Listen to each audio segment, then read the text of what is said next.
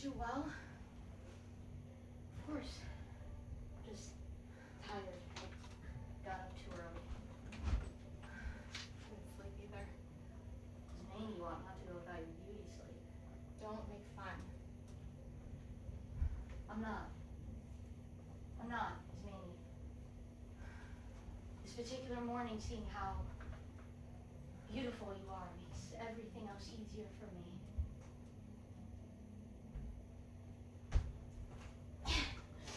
Oh, wasn't I miserable little beast when we were small? I remember I used to fling mud at you, put worms down your neck. I remember tying you to a tree and cutting off your hair. Your beautiful hair.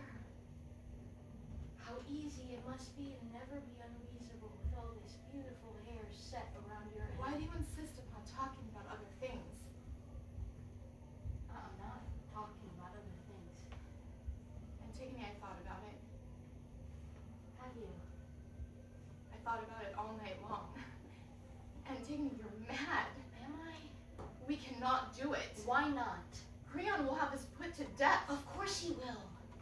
Of course he will. That's what he's here for. He will do what he has to do, and we will do what we have to do. He is bound to put us to death, and we are bound to go out there and bury our brother. That's the way it is. God, what do you think we could do to change that? I don't want to die. I prefer not to die myself. Antigone, listen to me. I'm older than you, and I think things out, and you don't.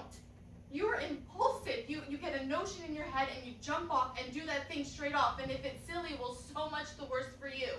Whereas I think things out. Sometimes it is best not to think too much. I don't agree with you. I know it's horrible, and I pity Polynesius just as much as you. But I sort of see what Uncle Creon means. I don't want to sort of see anything. Uncle Creon is the king. He has to set an example. But I am not the king. And I don't have to set people examples. Little Antigone gets a notion in her head.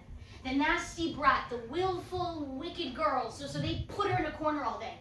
Or they lock her up in the cellar. And she deserves it. She shouldn't have disobeyed. There you go again, frowning, growling, wanting your own stubborn way in everything. Listen to me.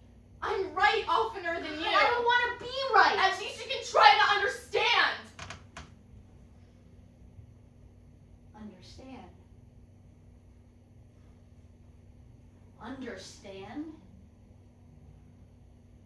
The first word I heard out of any of you was that word, understand. Why didn't I understand that I must not play with water? Cold, black, beautiful, flowing water. Oh, because I'd spill it all over the palace tiles. Or earth. Oh, because earth dirties a little girl's frock. Why didn't I understand that nice children don't eat out of every dish at once? Or empty everything out of their pockets to beggars? Or run in the wind so fast that they fall down? Or ask for a drink when they're perspiring? Or want to go swimming when it's either too early or too late, merely because they just happen to feel like swimming. Understand. Well, I don't want to understand. I'll have enough time to understand when I'm old. If I ever am old. But not now. He is the king, and the entire city is with him. Thousands and thousands will swarm the streets. I'm not of Thebes. listening to you. 1,000 arms will seize our arms. 1,000 breaths will breathe into our faces.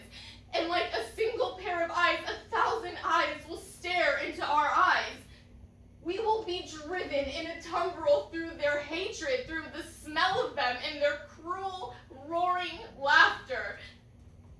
We will be dragged to the scaffold for torture, surrounded by guards with their idiot faces and their hands cleaned washed for the sacrifice and their beefy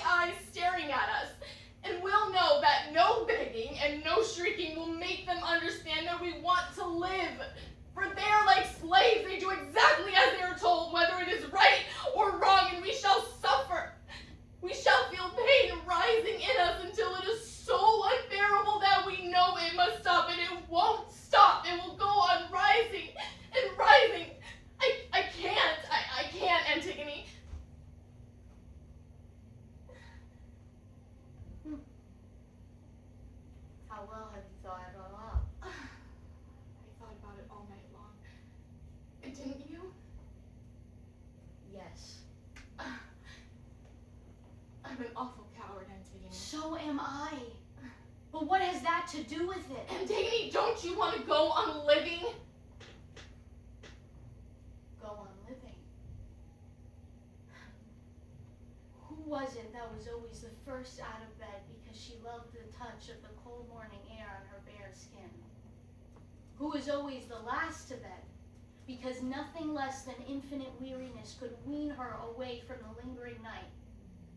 Who wept when she was a girl because there were too many grasses in the meadow, too many creatures in the field for her to know and touch them all?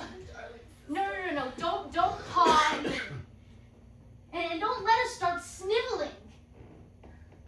You say you thought it all out, the howling mob, the fear of death, the torture. They've made up your mind for you, is that it? Yes. All right. There's good excuses as any. Antigone, be sensible. It is all very well for men to believe in ideas and die for them, but you are a girl. Don't I know I'm a girl? Haven't I spent my life cursing the fact that I was a girl? You have everything in this world that you can ever want. You just have to reach out for it. You are going to be married, and you are young, and you are beautiful. I am not beautiful. Yes, you are. And not like the other girls. It's always you that the little boys stop and stare at when we walk by.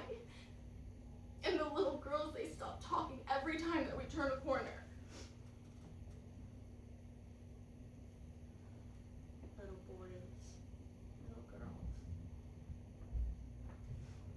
And what about Haman? I'll take care of Haman.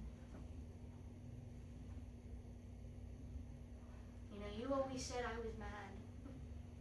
It didn't matter how little I was or what I wanted to do.